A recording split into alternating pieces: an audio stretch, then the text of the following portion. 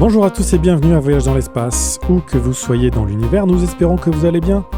Ici Florent Meunier, je suis en compagnie de Claude Lafleur, de Laurent Runigo et d'Ilan Baillargeon. Bonjour à vous trois, bonjour Claude. Bonjour. Aujourd'hui, nous allons vous raconter une histoire formidable. Celle des pionniers de la cosmologie, c'est-à-dire de Nicolas Copernic, Tycho Brahe, Johannes Kepler et de Galileo Galilei. Et on va faire quelque chose que j'ai pas souvent vu dans mes lectures. C'est-à-dire qu'on va évidemment vous parler de leur œuvre scientifique, mais on va aussi vous parler de qui ils étaient, quel genre de vie ils ont connu, quels étaient les personnages. Et pour faire ça, j'ai demandé à Adélène de nous lire une série de 5 textes qui racontent un peu qui étaient ces personnages-là. Et suite à ça, Florent, Laurent et moi, on va vous parler plus de leur démarche scientifique. Ça devrait donner un récit assez intéressant. J'ajouterais que je dédie ce balado à Pierre-Luc Cartier, dont le sujet va particulièrement l'intéresser. Bonjour à tous, et comme vient de le mentionner Claude, j'enregistre quelques jours avant l'enregistrement du balado officiel. Donc si certains échanges se font un peu moins fluides qu'à d'habitude, vous saurez le pourquoi. Et n'hésitez surtout pas à nous laisser vos commentaires sur cette manière de fonctionner, afin que l'on puisse savoir si cela fonctionne suffisamment bien pour vous. Et sur ce, je te laisse la parole, mon cher Laurent, dans le futur. Eh bien, bonjour à tous. Alors tout d'abord, si vous me le permettez, j'ai une petite pensée pour l'entourage de Carl Tremblay, le chanteur des Cowboys Fringants, qui est décédé hier, au moment où on enregistre ce balado. C'est un groupe que j'aime particulièrement, donc bye bye Carl. Tu as certainement rejoint Hubert Reeves et les étoiles pour continuer à briller. Je passe un bonjour de la part de l'équipe à Myriam, Michael Perret, Marc Belair et Frédéric Lapalme. Merci à tous pour vos messages. Enfin, merci infiniment à nos nouveaux patrons, Marty, Steve Rodrigue, Émilie Brassard, Steve Sawyer, Éric Côté, mais aussi à Thomas Tronchon, qui est notre plus gros contributeur et qui a encore augmenté son don mensuel. Nous vous remercions pour votre soutien qui nous aide beaucoup et nous fait réellement plaisir. Cet épisode vous est chaleureusement dédié. Je réponds pour finir à une question sur Spotify de Laraclette, qui demande où se déroulent les soirées astronomie en fût à Montréal. C'est donc à la microbrasserie Ciboire, avenue Saint-Laurent. Tu confirmes, Claude? Oui, exactement. Il faut aller voir leur site pour voir quand sont les réunions. Il n'y a pas de réunion en décembre. Il y a probablement des réunions à partir de janvier, mais le calendrier n'était pas sorti. Donc, normalement, il y a une réunion vers entre le 15 et le 20 de chaque mois, mais vérifiez sur leur site Astronomie en Fût, vous allez le trouver facilement. Ils ont une page Facebook, ils sont sur Twitter. Donc, vérifiez les dates parce qu'il n'y en a pas à chaque mois, mais donc il n'y en a pas au mois de décembre, mais après ça. Et dans la mesure du possible, j'assiste à ces réunions-là. Ça fait que si vous venez à la réunion, demandez si j'existe et peut-être que ça fera un plaisir de vous serrer la patte. Il y a 500 ans, donc, on croyait tous que la Terre était immobile dans l'espace et que tout tournait autour d'elle et que nous étions le centre de l'univers. Non seulement le croyait-on, mais c'était même la doctrine enseignée par l'Église catholique. L'homme, créature de Dieu, était le centre de l'univers. C'était incontestable et même dangereux de penser autrement, c'est ça, hein? Exactement. Pourtant, certains astronomes constataient que c'était probablement pas ça qui se passait. Ils avaient plutôt l'impression que tout devait tourner autour du Soleil et non pas autour de la Terre. Maintenant, il fallait beaucoup de courage pour oser braver les dictats de l'Église catholique et ça prenait des hommes courageux, dont évidemment Copernic, Brahe, Kepler et Galilée, pour dire non, la réalité n'est peut-être pas conforme aux dictats de l'Église. Et ce sont non seulement les précurseurs de l'astronomie moderne, mais surtout les pères de la vision de l'univers que nous prenons maintenant pour évident. Mais ça, l'histoire qu'on va raconter, c'est que ça fait moins de 500 ans qu'on a une vision plus juste de la réalité. Si on imagine que depuis des millénaires, nos lointains ancêtres, on pourrait même parler pratiquement des hommes préhistoriques, étaient convaincus que tout tourne autour de nous, ça fait à peine 500 ans qu'on a une vision où c'est non, on n'est pas le centre de l'univers. Et comme on va le voir, c'est une idée difficile à accepter. Qui sont donc ces braves hommes? Qu'ont-ils découvert et comment ont-ils construit la méthode scientifique qui nous permet à présent d'explorer l'univers à l'aide de télescopes et de sondes spatiales? C'est ce que nous allons voir, Laurent. Et oui, ces savants qui ont osé braver les croyances témoignent d'une étonnante aventure, celle de la science en marche, aventure qui se poursuit aujourd'hui encore. Faisons donc leur connaissance. Durant des millénaires, notre vision du cosmos reposait sur notre conviction absolue que la Terre est au centre de tout et que tout tourne autour d'elle. Il s'agit de la vision géocentrique de l'univers, géo signifiant Terre, et cette conception du mouvement des astres reposait sur le système dit de Ptolémée. Et en quoi consiste le système de Ptolémée, Claude ? Jusqu'aux années 1500, on est convaincu que la Terre elle est immobile dans l'espace et que le géocentrisme, c'est la règle de l'univers. Donc, tout tourne autour de nous. Il est même inconcevable d'imaginer que la Terre puisse bouger, que la Terre n'est non seulement pas au centre de l'univers, mais que la Terre se déplace, qu'on est sur une planète. Donc, l'idée, c'est qu'on est au centre de l'univers et que tout tourne autour de nous, mais on ne se voit pas comme étant faisant partie du cosmos. De telles idées folles n'avaient aucun sens car, pensait-on, en toute logique, la Terre était sans doute beaucoup trop massive pour qu'elle puisse tourner sur elle-même sans l'apport d'une force prodigieuse et permanente. Et si elle tournait sur elle-même, on se disait à l'époque, un objet lâché en chute libre ne devrait pas tomber verticalement, mais plutôt à l'ouest de son point de chute, si la Terre tourne vers l'est. De surcroît, un vent constant devrait aussi souffler en direction de l'est. Et en plus, on voyait bien qu'au firmament, tout tourne autour de nous, donc on avait des indices solides. Absolument. En fait, ce qui est amusant, c'est que c'est véritablement ce que l'on constate. C'est-à-dire que quand on regarde le ciel, on voit littéralement que tout tourne autour de nous. C'était vrai il y a 1500, c'était vrai il y a quelques millénaires, c'était vrai il y a quelques siècles, mais c'est vrai aujourd'hui encore. Si vous faites de l'observation astronomique, si vous regardez tout simplement la voûte céleste, vous allez voir de vos yeux que tout tourne autour de nous. C'est la perception qu'on a. On ne pensait pas non plus que la Terre pouvait être une planète comme les autres. À l'évidence, les planètes étaient d'une nature différente. On considérait donc que les astres du ciel n'étaient pas soumis aux mêmes lois que le monde terrestre. En fait, ça fait un peu sourire aujourd'hui, mais on divisait le cosmos en deux régions. Il y avait une première région qui était proche de la Terre, qui était notre atmosphère et peut-être un peu plus loin, où là, on considérait que c'était un monde imparfait. La Terre, notre monde à nous, où on est, c'est un monde imparfait, et ce qu'il y avait au-dessus dans l'atmosphère, c'était un monde imparfait. Par contre, un peu plus loin, à partir d'à peu près la Lune, on considérait que là, on rentrait dans une portion de l'univers qui était parfaite. C'était le domaine de Dieu, ou à l'origine des dieux, aujourd'hui de Dieu, donc un monde parfait, où rien ne change, tout est immuable. On parlait donc de l'espace sublunaire, notre espace à nous est parfait, et l'espace supralunaire, le monde parfait de Dieu. Cette vision de l'univers demeura la doctrine imposée par l'Église catholique et jusqu'à la fin de la Renaissance.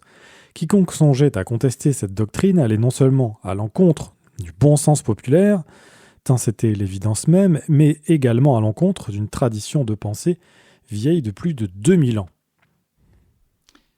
C'est important de garder ça à l'esprit. Évidemment, on se fie à ce que l'on voit et le gros bon sens nous dictait qu'on est au centre de l'univers. Sauf qu'il faut se méfier même de ce qu'on voit et encore plus, je dirais, du gros bon sens, de ce qui tombe sous le sens, de ce qui est évident. C'est peut-être pas ça, la réalité. Cette conception de l'univers nous vient en bonne partie d'un savant grec, Claude Ptolémée, qui vécut au IIe siècle de notre ère, entre l'an 100 et 168 environ. Ptolémée vécut à Alexandrie, en Égypte. Il est l'auteur de plusieurs traités scientifiques, dont deux qui ont grandement influencé nos connaissances. L'un est le traité d'astronomie appelé Almageste, tandis que l'autre est la géographie, qui nous offre une synthèse des connaissances géographiques de son temps. En particulier, l'Almageste présente des tables de données qui servent à déterminer la position des astres au firmament. Il est important de dire que Claude Ptolémée n'a pas inventé ces concepts-là. Il les a diffusés. Ces concepts-là remontent au moins à Hipparque et à Aristote, qui sont deux autres savants grecs qui vécurent respectivement 200 ans et 400 ans avant lui. Donc, ce que raconte Ptolémée, c'est issu d'une longue tradition, d'une longue connaissance accumulée par les Grecs. On attribue à Aristote l'idée que le cosmos est divisé en deux zones. Donc, la zone sublunaire, la nôtre, est parfaite, et la zone supralunaire est une notion qui est très importante, qui va avoir beaucoup d'impact sur la suite de nos conceptions d'univers. C'est que dans la zone supralunaire, la zone divide, il n'y a rien qui change. Tout est immuable, les astres sont éternels. Et ça, c'est une notion très importante. Selon Aristote, le monde sublunaire comprend la Terre et tout ce qui se trouve entre elle et la Lune. Dans ce monde, tout est imparfait et changeant. Quant au monde supralunaire, qui s'étend au-delà de la Lune, il n'existe plus que des formes géométriques parfaites, des sphères et des mouvements circulaires et immuables. On fait remonter ces idées-là aux Grecs, mais on peut penser que ces idées-là, l'idée qu'on est au centre de l'univers et que tout tourne autour de nous, remonte à beaucoup, beaucoup plus loin. On peut penser que les premiers hommes qui ont observé le ciel et qui ont facilement constaté le phénomène, comme nous, on peut le faire en regardant tout simplement le firmament, on peut penser que l'idée que tout tourne autour de nous et qu'on est le centre de l'univers remonte à des millénaires, peut-être même à des dizaines de milliers d'années. Les Grecs les ont formulées par écrit, mais cette idée-là, la conviction, parce que c'est même plus une idée, la conviction qu'on est au centre de l'univers date de beaucoup, beaucoup plus longtemps. Durant les 13 siècles qui suivirent la publication du traité de Ptolémée, l'astronomie a fait relativement peu de progrès. L'Almageste et ses tables ne reçurent que des corrections mineures et furent utilisées comme référence. Mais c'est alors qu'en 1509, un savant va tout bouleverser. Son nom, Nicolas Copernic. Nicolas Copernic est un astronome polonais ou allemand, également chanoine, médecin et mathématicien. Il est né en 1473 en Prusse royale, alors en royaume de Pologne. Copernic, évidemment, il est célèbre pour avoir émis l'idée que c'est pas la Terre qui est au centre de l'univers, mais le Soleil. Donc, tout tournerait autour du Soleil. Et c'est ce qu'on appelle l'héliocentrisme. Et c'est une idée qui va avoir des conséquences très importantes, non seulement au niveau des sciences, mais au niveau de la philosophie, au niveau des religions. Et c'est pour ça qu'on parle littéralement de la révolution copernicienne. Alors Dylan, dis-nous qui était vraiment ce Copernic, qu'a été sa vie et quel genre de personne était-il ? Qui est Nicolas Copernic ? Nicolas Copernic est né le 19 février 1473 dans une famille aisée. Son père, un bourgeois, était négociant en cuivre.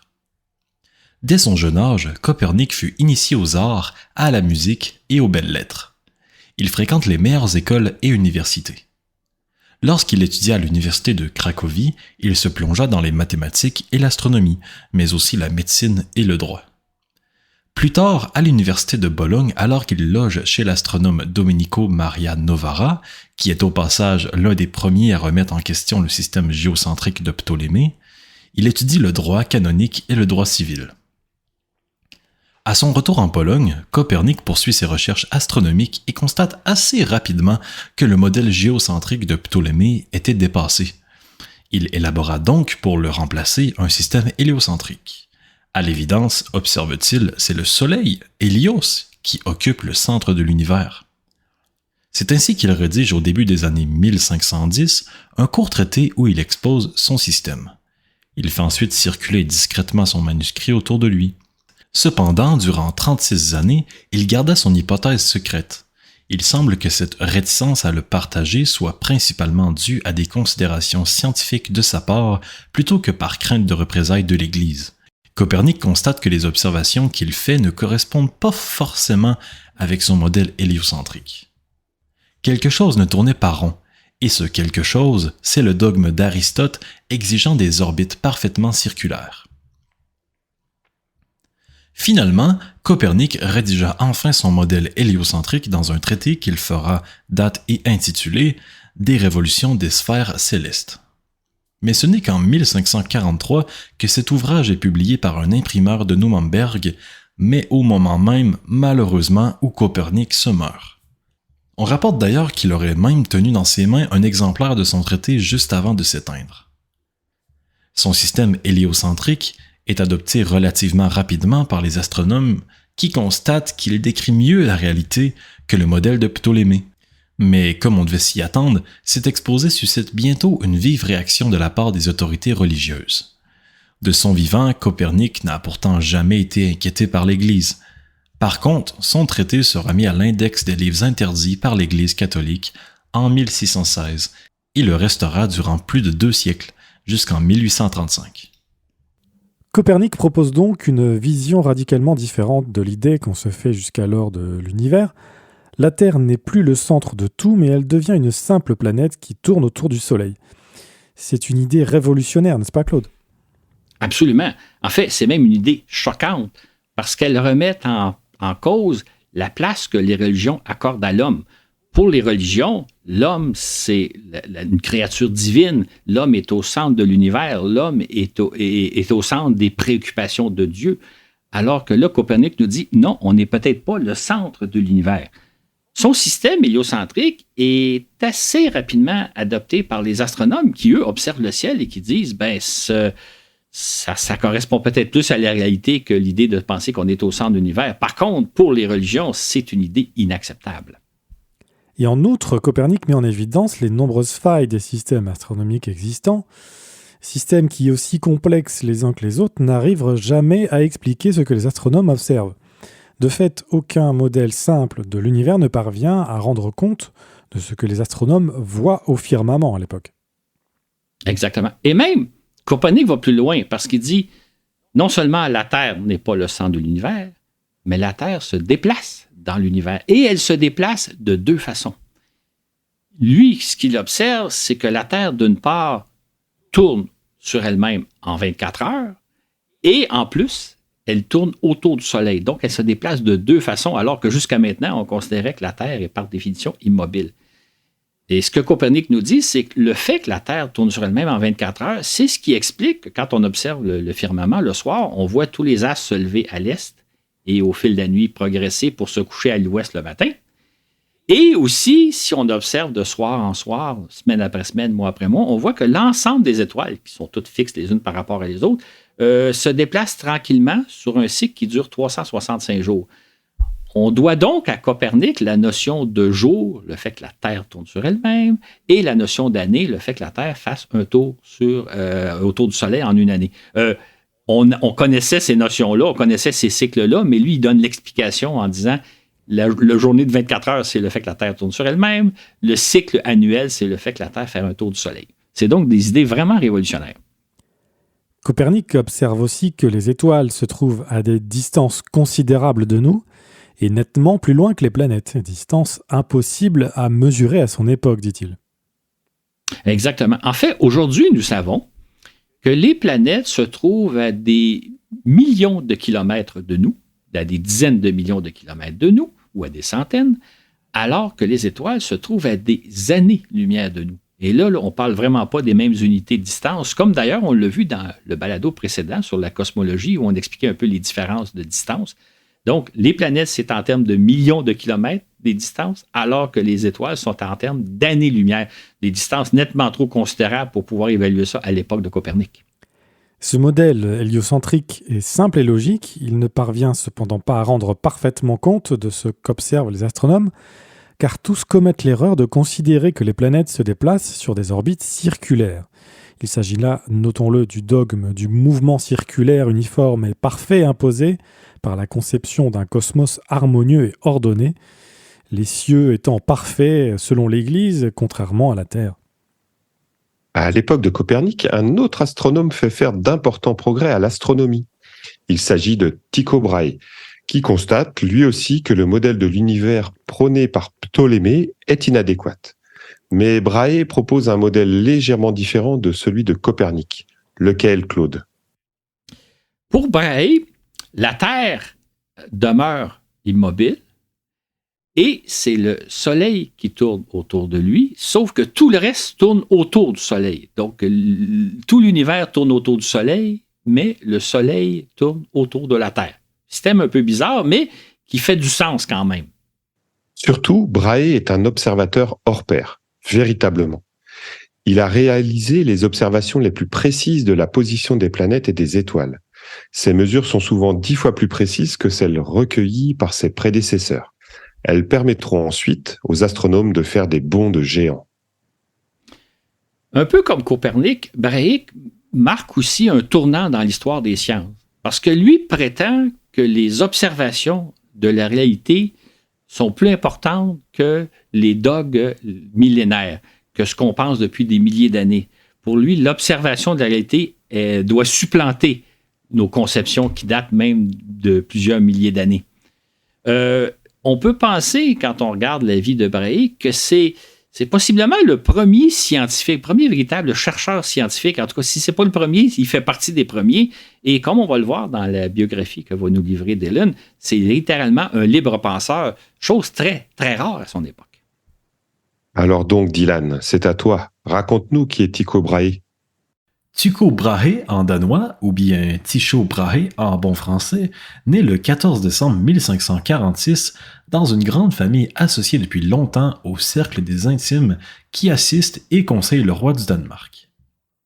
Son père et sa mère sont d'ailleurs de haute noblesse. Par conséquent, le jeune Tycho bénéficie d'une éducation universitaire consacrée en bonne partie aux sciences. Il étudie d'abord à Copenhague, où il découvre l'astronomie, puis il fréquente les universités protestantes allemandes. Pour sa famille, il s'agit de le préparer à tenir son rang de service du roi. Mais pour Tycho, c'est plutôt une vocation de scientifique qui se développe, et tout particulièrement pour l'astronomie. Dès l'âge de 16 ans, il découvre d'importantes différences entre la position des astres telle qu'établie à partir des tables fondées sur le système de Ptolémée. Il commence dès lors à compiler minutieusement ses observations, comme il le fera toute sa vie d'ailleurs. Il connaîtra par la suite une existence mouvementée bénéficiant du soutien du roi en fonction, puis suite au décès de son protecteur, il a dû s'exiler plusieurs fois. Surtout, il consacre l'essentiel de sa vie à faire de la recherche scientifique, chose rarissime à son époque. Un incident notable viendra marquer sa vie alors qu'il n'avait que 20 ans. Il se dispute alors avec un cousin éloigné pour on ne sait quoi, une dispute qui se solde par un duel, chose qui était à l'époque assez courante pour des jeunes nobles. Or, c'est de ce fameux duel qui se fait trancher l'arête du nez, et Brahe en restera défiguré à vie. Il portera plus tard un nez postiche que l'on distingue sur certains de ses portraits. Entre-temps, il fait la connaissance de celle qui deviendra son épouse et la mère de ses enfants. Hélas, celle-ci n'est pas de noble lignée, ce qui interdit un mariage officiel. À l'époque, cependant, Brahe peut invoquer l'ancien droit danois qui accorde un statut d'épouse à une femme qui vit maritalement avec un homme. Il se prive cependant de l'alliance entre grandes familles que représente un mariage dans son milieu, alors que ses enfants ne seront pas considérés comme nobles et leur mère ne l'étant pas. Après moult périples, Brahe s'établit sur l'île de Ven, où il fait construire un palais qui est sa demeure, mais surtout un lieu d'étude et de recherche. Ce centre est d'ailleurs muni d'un observatoire ainsi que d'ateliers pour la confection d'instruments de mesure et d'une imprimerie pour diffuser ses travaux. L'île de Ven deviendra ainsi le plus important observatoire d'Europe, un centre scientifique réputé qui attire des étudiants et des astronomes de toute l'Europe, dont Johann Kepler. Brahe y formera toute une génération d'astronomes, leur inculquant l'art de l'observation. Néanmoins, vers la fin de sa vie, il perd le soutien du nouveau roi régnant et vit ses dernières années en exil. Il meurt à Prague, en 1601, sur son lit de mort. Il lance alors à Kepler « Arrange-toi pour que je ne paraisse pas avoir vécu en vain ». C'est pourtant à ce moment-là le scientifique le plus réputé de toute l'Europe. Kepler exaucera le dernier vœu de son maître en publiant ses écrits, mais surtout il le rendra inoubliable en utilisant ses abondantes et minutieuses observations, pour à son tour déclencher une révolution. Le 11 novembre 1572, Tycho Brahe observe un phénomène rarissime. Une étoile apparaît soudain au firmament, et plus précisément dans la constellation de Cassiopée. Son éclat dépasse celui de Sirius, de Vega et même de Vénus.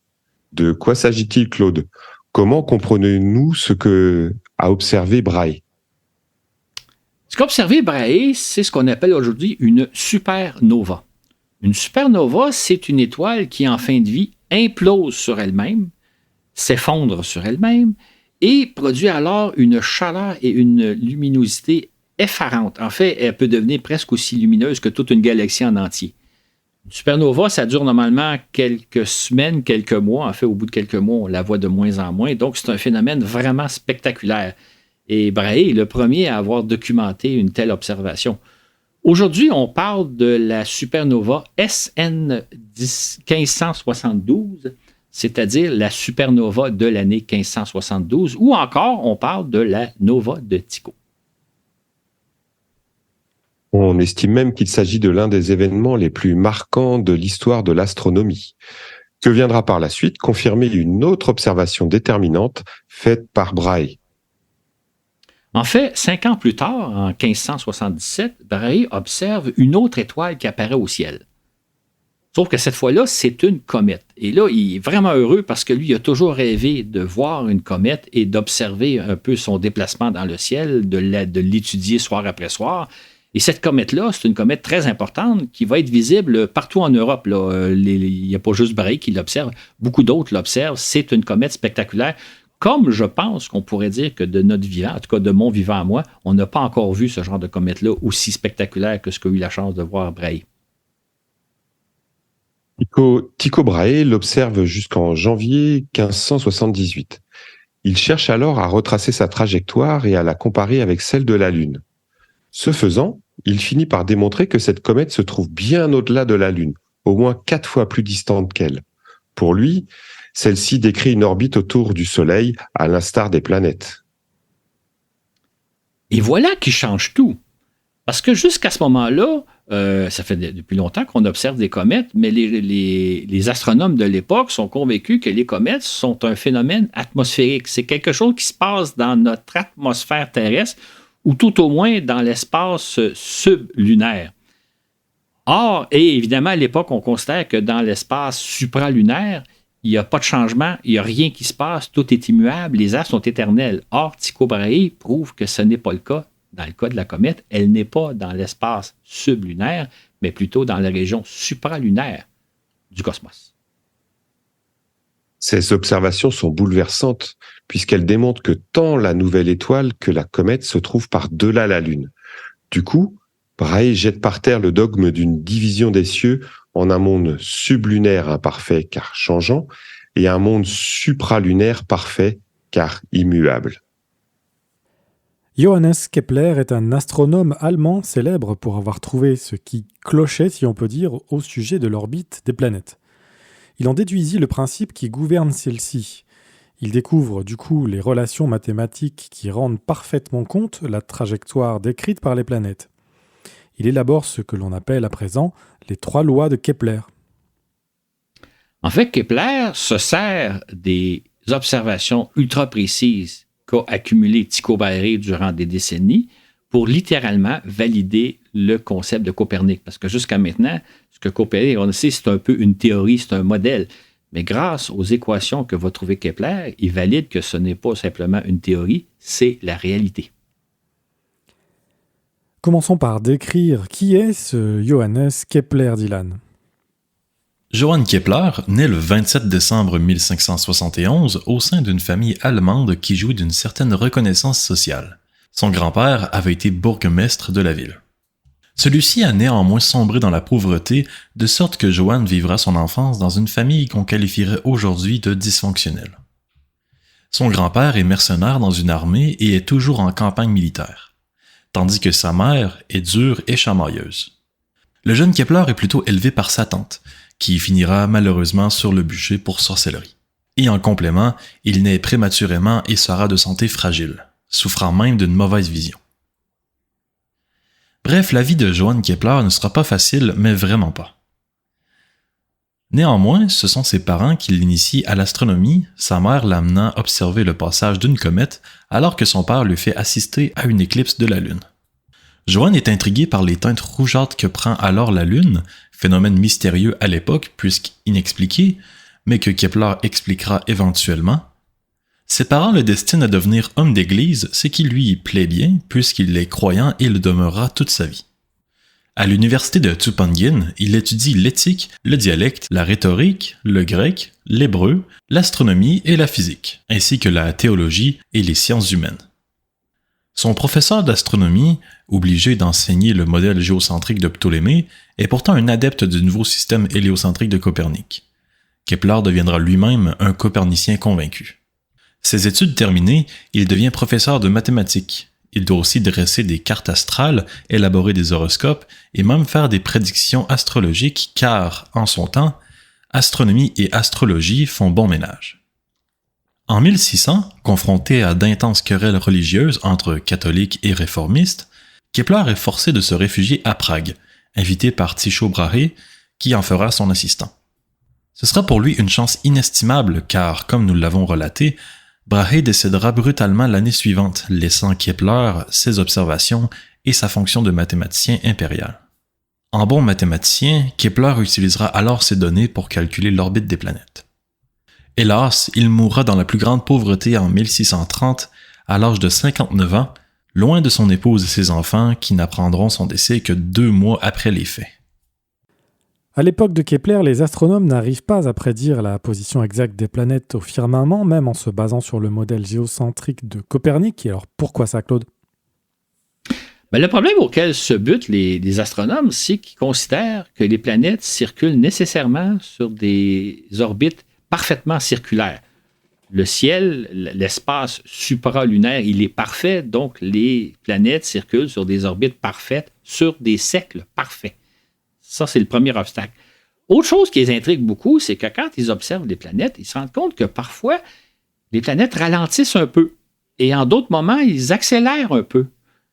Ils sont incapables d'expliquer un tel phénomène. Comment se fait-il, surtout si on imagine que ce sont des astres parfaits, comment expliquer que parfois ils ralentissent, parfois ils accélèrent? Ils sont vraiment troublés par tout ce qu'ils observent. En utilisant les observations de Tycho Brahe, Kepler finit par trouver la clé des 2 énigmes. En réalité, les planètes circulent sur des orbites elliptiques en forme d'ovale. À certains moments, en s'approchant du Soleil, elles prennent de la vitesse pour ensuite en perdre en s'éloignant. La difficulté rencontrée par les astronomes venait donc de ce que les planètes suivent des orbites quasi circulaires, très peu elliptiques, comme c'est le cas pour la planète Mars notamment. Exactement. En fait, Kepler va se servir des observations de Tycho Brahe qu'il a faites sur la planète Mars. Tycho Brahe a beaucoup observé Mars, a beaucoup mesuré la position de Mars, pour finir par découvrir qu'en réalité, Mars se déplace sur une orbite où parfois elle se rapproche du Soleil jusqu'à quelque chose comme 207 millions de kilomètres, et en d'autres temps, elle s'éloigne du Soleil jusqu'à 249 millions de kilomètres. Maintenant, pour mesurer cette telle distance-là, ça prend des mesures des observations très, très précises, celles qu'a faites justement Tycho Brahe. Et ces observations-là sont d'autant plus compliquées que non seulement Mars circule sur une orbite elliptique, mais la Terre aussi. Donc, de notre point de vue aussi, la distance Terre-Soleil change un peu, la distance Mars-Soleil change un peu, et il faut combiner les deux. Ça a donc demandé beaucoup de travail à Kepler pour arriver à identifier que l'orbite de Mars, elle est elliptique et non pas parfaitement circulaire. Or, ce sont justement les mesures que Brahe a confiées à Kepler qui lui permettront de calculer précisément l'orbite de Mars. Il s'agit là d'une tâche considérable que Kepler pensait accomplir en quelques semaines seulement, mais qui lui demandera 6 années de labeur. Johannes Kepler a donc résolu le grand mystère qui échappait jusqu'alors aux astronomes, puisqu'en vérité, les planètes circulent sur des orbites imparfaites dans un univers tout aussi imparfait, comme quoi un dogme imposé durant plus de 1000 ans nous a induits en erreur pendant tout ce temps. Et encore mieux encore, non seulement Kepler identifie-t-il que les planètes circulent sur des orbites elliptiques, mais il trouve les règles mathématiques qui gouvernent ces orbites-là, qui permettent de décrire ces orbites-là. Et ces règles-là font en sorte que Kepler va passer à jamais à l'histoire, parce qu'aujourd'hui encore, on se sert des 3 équations de Kepler pour calculer la trajectoire des sondes qu'on envoie vers les planètes. Donc, Kepler a mis au jour des relations mathématiques dont on se sert aujourd'hui encore. Restait cependant à résoudre un autre grand mystère, qu'est-ce qui fait que les planètes tournent autour du Soleil ? Quelle force les retient et gouverne leur déplacement ? Il faudra attendre un autre siècle avant qu'Isaac Newton ne trouve la réponse grâce justement aux 3 lois de Kepler. Entre-temps, en Italie, un certain Galileo Galilei se met à observer le ciel à l'aide d'un instrument grossissant, ce qui est une révolution. Jusque-là, en effet, toutes les observations astronomiques se font à l'œil nu. Mais voilà que Galiléo met au point une lunette astronomique, sorte de verre grossissant qui lui permet de faire quelques nuits d'observation, des découvertes qui changeront à jamais notre conception de l'univers. Il est important de dire que Galilée n'a pas inventé la lunette astronomique. Il s'est plutôt servi d'une idée qui était en vogue en Hollande, dans les Pays-Bas. On avait mis au point à l'époque ce qu'on appelle des lunettes d'approche qui permettaient de voir venir les bateaux de loin. Une lunette astronomique, c'est un long tube. À chaque extrémité, on met des lentilles. C'est un peu l'équivalent d'une longue vue ou d'une paire de jumelles. Et ça permet donc de grossir. Plus le tube est long, plus la puissance de l'appareil est grande. Galilée a fabriqué plusieurs lunettes. Il s'agissait de minces tubes d'environ 1 mètre de long et ayant un diamètre approximatif de 5 cm. Ces lunettes pouvaient agrandir les objets d'une dizaine de fois ou plus. Il en fait cadeau à quelques-uns de ses bienfaiteurs. Seules 2 de ces lunettes existent encore. Elles sont exposées au musée Galilée de Florence. Galilée est un personnage bien connu et on a tous en tête une image de lui. Mais qui était-il au fait ? Galileo Galilei, qu'on appelle couramment Galilée, est né à Pise le 15 février 1564. Sa famille appartient à la petite noblesse et gagne sa vie dans le commerce.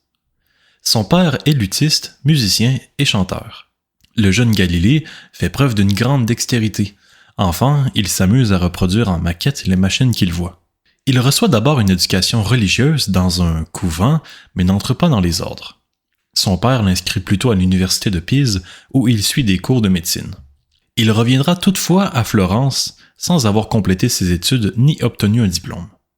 Il devient alors un scientifique en herbe, curieux de tout. Entre autres, il s'initie aux mathématiques et se passionne par le mouvement des pendules, tentant de mettre en équation leur balancement. Il invente aussi un pulsomètre qui sert à mesurer le temps, ce qui n'existe pas à son époque. Il s'intéresse aussi à la chute des corps, tentant cette fois de déterminer à quelle vitesse un objet tombe, tâche excessivement difficile lorsqu'on n'a ni montre ni chronomètre. En outre, c'est un excellent théoricien de la musique et donne des conférences érudiques sur l'art de la littérature. Parallèlement à ses activités diversifiées, Galilée cherche longtemps un emploi de professeur de géométrie ou de mathématiques.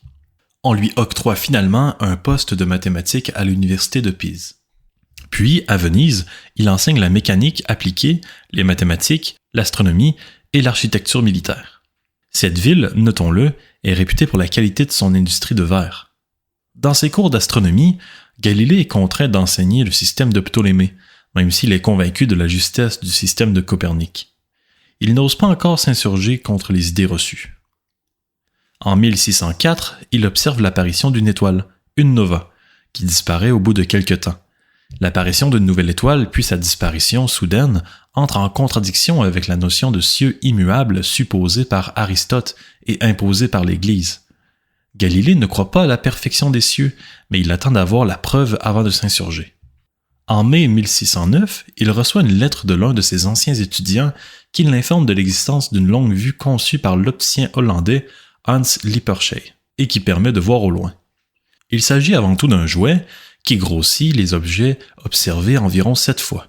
Galilée a tôt d'en fabriquer une et de l'améliorer, en appliquant de simples principes d'optique, pour en faire une lunette astronomique. À l'automne 1609, Galilée fabrique une lunette qui a grandi une vingtaine de fois.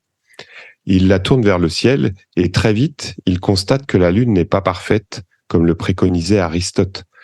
Il y voit des montagnes, dont certaines pourraient atteindre 7000 mètres de haut, soit davantage que toutes celles connues sur Terre à son époque. Il y remarque aussi des zones plus sombres et dénuées de relief, qu'il assimile à des mers. La Lune serait donc un astre doté de hautes montagnes et de vastes mers. Voilà qui change tout. Et oui. En outre, Galilée observe la Voie lactée et découvre de quoi elle est faite.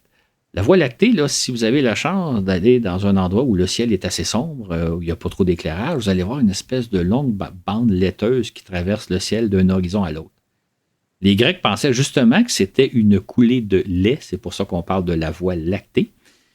Mais Galilée, lui, en l'observant avec sa lunette astronomique, se rend compte qu'elle n'est pas faite de lait, mais elle est faite d'une myriade de petites étoiles, trop petites pour être visibles à l'œil nu, mais quand on les regarde avec une lunette astronomique, on voit que c'est des étoiles. Donc, il découvre la nature de la Voie lactée, qui est formée d'une myriade d'étoiles.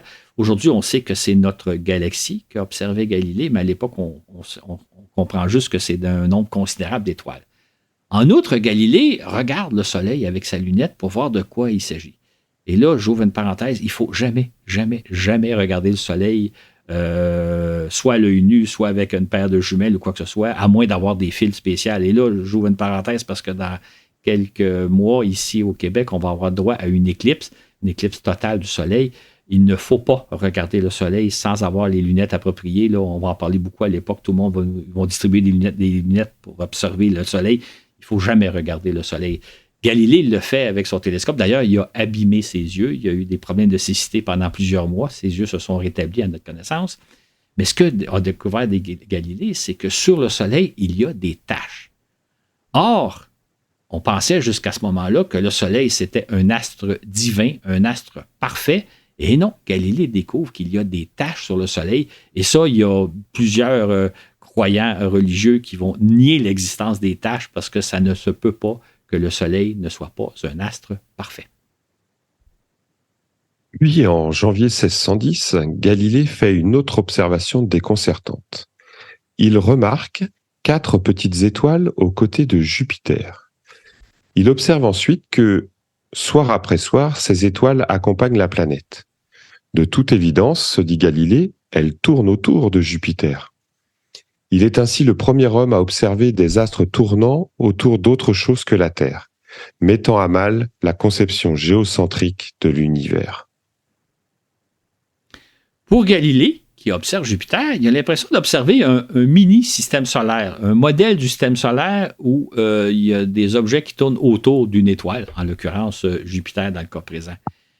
Il fait donc une découverte remarquable parce que jusqu'à ce moment-là, tout ce qu'on observe, c'est que tout tourne autour de nous et Galilée est en mesure de dire non, il y a au moins 4 exceptions, c'est-à-dire 4 petites étoiles qui tournent autour de Jupiter. J'ouvre une parenthèse pour dire, moi j'ai toujours eu un fantasme. S'il y avait eu des journaux de l'époque, si les journaux de l'époque, les journaux existaient, il y aurait peut-être eu un article publié quelque part dans un quotidien qui disait qu'un obscur savant italien aurait observé 4 petites étoiles tournant autour de Jupiter. On ne comprend pas trop l'intérêt de cette découverte-là, mais bon, en réalité, cette découverte-là change tout parce qu'il y a au moins 4 objets qui ne tournent pas autour de la Terre. Il y a au moins 4 exceptions. Il brise le dogme du fait que tout tourne autour de la Terre. Kepler, qui s'enthousiasme pour cette découverte, publie un compte-rendu précis de l'observation des compagnons de Jupiter. Et c'est lui qui crée le terme « satellite », garde du corps en latin. En mars 1610, Galilée publie les résultats de ses observations dans un livre qui fait sensation, Le Messager céleste. Il devient vite célèbre, les cours italiennes se l'arrachent. Mais Galilée n'a pas fini ces observations-là. Il observe aussi Vénus. Et en observant Vénus, il découvre que l'astre présente des phases comme les phases lunaires, c'est-à-dire qu'à certains moments de l'année, Vénus apparaît sous la forme d'une demi-planète, un peu comme une demi-lune, parfois une planète pleine, une pleine lune, parfois elle disparaît. Or, pour expliquer les phases de Vénus, l'explication, c'est qu'elle tourne autour du Soleil, plus proche du Soleil que la Terre. Donc, encore là, c'est une preuve additionnelle que Vénus tourne autour du Soleil et non pas autour de la Terre. Finalement, il est invité en mars 1611 par le cardinal Maffeo Barberini, le futur pape Urbain VIII, à présenter ses découvertes au Collège pontifical de Rome. Là, on lui réserve un accueil chaleureux et admiratif. Néanmoins, dès l'apparition de messagers célestes, Galilée est attaqué par les partisans du géocentrisme, qui ne tolèrent pas de voir leur science millénaire remise en question. Pour eux, les méthodes de Galilée, qui préconisent l'observation et l'expérience, sont une sérieuse menace à la précédence du dogme. Un premier pamphlet contre son ouvrage est alors publié dès juin 1610. Le principal argument évoqué, les astrologues ont fait leur thème astrologique en tenant compte de tout ce qui bouge dans les cieux. Les compagnons de Jupiter ne servent donc à rien et Dieu ne créant pas de choses inutiles, ces astres ne peuvent exister. D'autres s'attaquent à lui sur le plan religieux en se demandant si Galilée ne tenterait pas de réinterpréter la Bible pour la faire concorder avec ses théories. Pour sa part, un jésuite défend l'idée de la perfection du Soleil et en s'en prenant à l'existence même des taches solaires. La controverse prend une telle ampleur que le cardinal Barberini, pourtant favorable à Galilée, est contraint à condamner la thèse de l'héliocentrisme, tout en reconnaissant l'intérêt pratique du système de Copernic pour le calcul astronomique. Il décrète imprudent de l'ériger en vérité physique. En 1616, Galilée se rend à Rome pour défendre et surtout tenter d'éviter une interdiction du modèle de Copernic. Il arrive hélas trop tard, car la Saint-Office a déjà entamé une instruction contre lui. Galilée est convoqué le 16 février 1616 par le Saint-Office et 10 jours plus tard, une censure lui est imposée, l'héliocentrisme étant contraire aux Saintes Écritures. Galilée est alors sommé de la présenter comme une simple hypothèse. Le 6 août 1623, le cardinal Barberini est élu pape sous le nom de Urbain VIII. Galilée passe un mois à Rome où il est reçu plusieurs fois par le nouveau pape, qui a pour lui une grande amitié. À cette occasion, Galilée lui expose le plan de son livre à venir, intitulé « Dialogue sur les deux grands systèmes du monde ». Cet ouvrage devrait présenter de façon neutre le pour et le contre de chaque système. Hélas, lorsque l'ouvrage paraît en 1632, le pape découvre avec stupeur qu'il s'agit plutôt d'un plaidoyer en faveur du système de Copernic. Urbain VIII se voit alors contraint de prendre une décision sévère. Galilée est à nouveau convoqué par le Saint-Office. On lui reproche d'avoir tenu et cru la doctrine fausse et contraire aux Saintes Écritures, prétendant que le Soleil est le centre du monde. On le menace de torture, mais alors âgé de 70 ans et malade, Galilée n'a d'autre choix que de céder. Sa sentence tombe le 22 juin 1633. Nous déclarons que toi, Galilée, tu es rendu fort suspect d'hérésie pour avoir tenu cette fausse doctrine du mouvement de la Terre et repos du Soleil. Conséquemment, avec un cœur sincère, il faut que tu adjures et maudisses devant nous ces erreurs et hérésies contraires à l'Église, et afin que ta grande faute ne demeure jamais impunie, nous ordonnons que ton dialogue soit interdit par édit public et que tu sois emprisonné dans les prisons du Saint-Office. Galilée est donc forcé d'adjurer, agenouillé, devant les cardinaux inquisiteurs. On rapporte fréquemment qu'il aurait alors murmuré « Et pourtant la terre, elle tourne ». Mais voilà qui paraît peu vraisemblable car une telle déclaration aurait pu le mener au bûcher de la Sainte Inquisition. Mais heureusement pour lui, sa condamnation est rapidement commuée par le pape en résidence surveillée. Finalement, Galilée mourra le 8 janvier 1642 à l'âge de 77 ans, l'Église refusant néanmoins de lui édifier un monument funéraire. L'Église mettra ensuite 350 ans à reconnaître son erreur vis-à-vis de Galilée, car, eh oui, la Terre tourne vraiment autour du Soleil. Pourtant, ce n'est qu'en 1992 que le pape Jean-Paul II reconnaîtra seulement les erreurs de la plupart des théologiens du XVIIe siècle, et non pas celles de l'Église catholique tout entière, au nom de laquelle ces tortionnaires ont sévi. En fait, le modèle de Copernic, donc l'idée que la Terre n'est pas au centre de l'univers, va être accepté seulement 200 ans plus tard, justement grâce aux explications que va en donner Newton. Donc, on est rendu à la fin des années 1700 quand l'ensemble des gens acceptent l'idée que nous ne sommes pas au centre de l'univers. Et tant qu'à l'Église catholique, c'est en 1822 qu'elle va accepter enfin l'idée que la Terre tourne autour du Soleil. 1822, là, il y a 201 ans seulement. Là, ça a pris des siècles avant que l'Église se rende compte de la réalité des choses.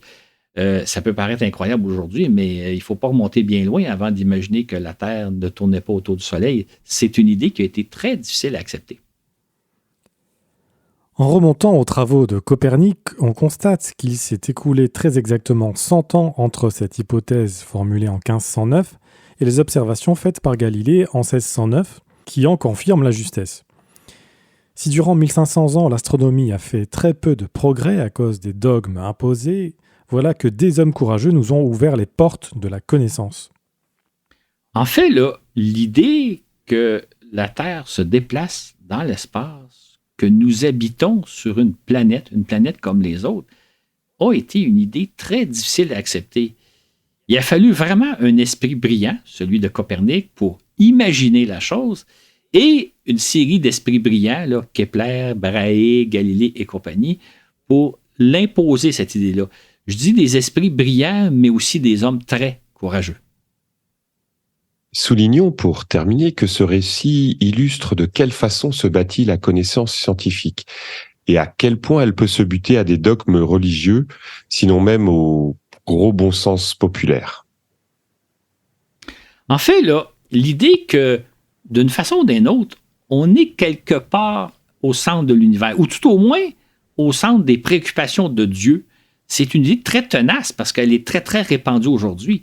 Et aujourd'hui encore, on est souvent sous le joug de dogmes imposés par des saintes écritures, qui sont malheureusement très dépassées, mais même en 2023, il y a des dogmes qui persistent et on a de la misère à imaginer que, ben non, hélas, nous ne sommes pas au centre de l'univers et nous ne sommes pas, fort probablement, au centre des préoccupations d'un Dieu. Et si Copernic, Brahe, Kepler et Galilée ont fait faire à nos connaissances des bonds de géants, l'édifice de la science n'en continue pas moins de se construire. C'était vrai au XVIIIe, XIXe et XXe siècle, comme ça l'est aujourd'hui encore. On n'a sûrement pas fini de faire des découvertes bouleversantes. Car contrairement aux dogmes et aux saintes écritures, la connaissance scientifique ne finira jamais de se développer. Et c'est ce que nous verrons dans le prochain épisode de Voyage dans l'espace. Et voilà un premier tour d'horizon des pionniers de la cosmologie. On va poursuivre dans le prochain balado avec les suivants dont on a mentionné Newton, mais il y a aussi Halley et compagnie. Si vous avez, je rappelle en terminant, que si vous avez des commentaires, des questions, des suggestions à nous faire, vous pouvez nous écrire, pas nécessairement des commentaires liés à ce balado-ci, vous pouvez le faire évidemment, mais pour n'importe quel sujet, n'hésitez pas à nous écrire. Moi, ça me fait plaisir de vous lire. Donc, notre adresse, je la rappelle, elle est toute simple, c'est baladovde@gmail.com, donc baladovde@gmail.com. Ça me fait toujours plaisir de vous lire et à l'occasion de vous répondre. Mais Claude, j'avais une dernière question pour toi. Faut que tu écrives à balado. Oui, c'est ça. Oui.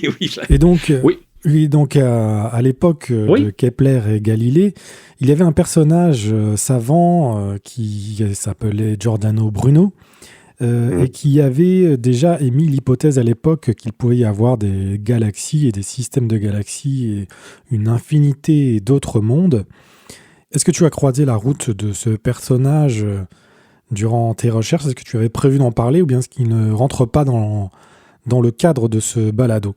Oui, absolument. J'avais même l'intention de l'inclure, sauf que quand on lit sa biographie, d'abord, on se rend compte que c'est pas un scientifique, c'est pas quelqu'un qui fait des recherches scientifiques, c'est un penseur, mais c'est surtout un provocateur, parce qu'il provoquait l'Église sur bien d'autres plans, dont sur la virginité de la Vierge Marie, etc., etc.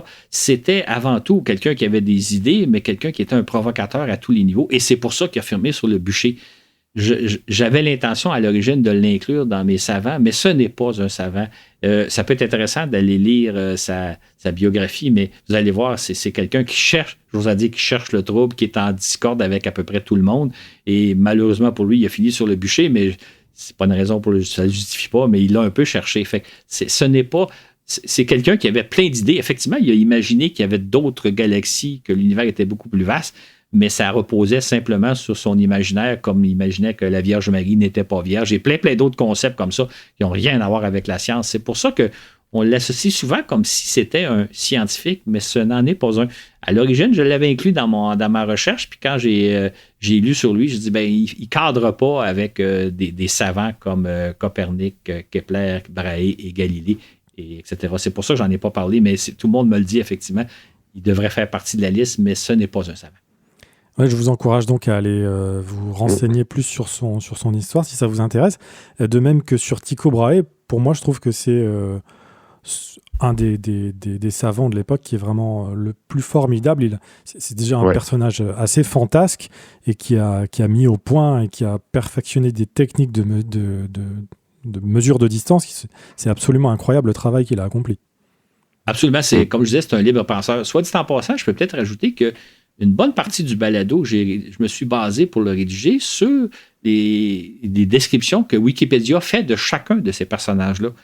Et je vous invite à aller les lire parce qu'évidemment, vous allez avoir trouvé beaucoup, beaucoup plus d'informations, mais ce que nous propose Wikipédia en français, c'est très, très intéressant. Fait que si vous voulez en savoir plus, allez lire ce que Wikipédia nous dit de Copernic, de Galilée, de Balaïe, etc. Vous allez voir, c'est vraiment une exploration fascinante, surtout si vous les lisez les uns après les autres.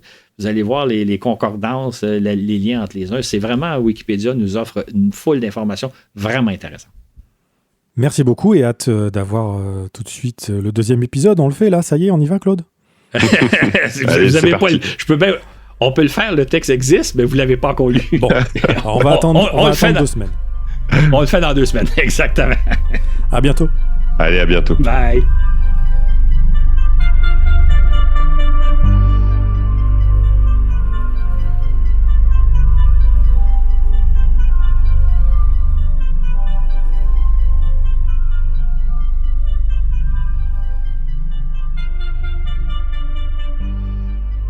Rendez-vous donc dans 2 semaines pour la suite où nous évoquerons Newton, Halley, Herschel, entre autres. Un voyage dans le temps et l'espace, comme se plaît à le dire Claude. Merci encore pour votre soutien et votre écoute. Cet épisode a été préparé par Claude Lafleur et présenté par Laurent Runigo, Dylan Baillargeon et moi-même. Sur ce, où que vous soyez dans l'univers, à bientôt pour un autre voyage dans l'espace.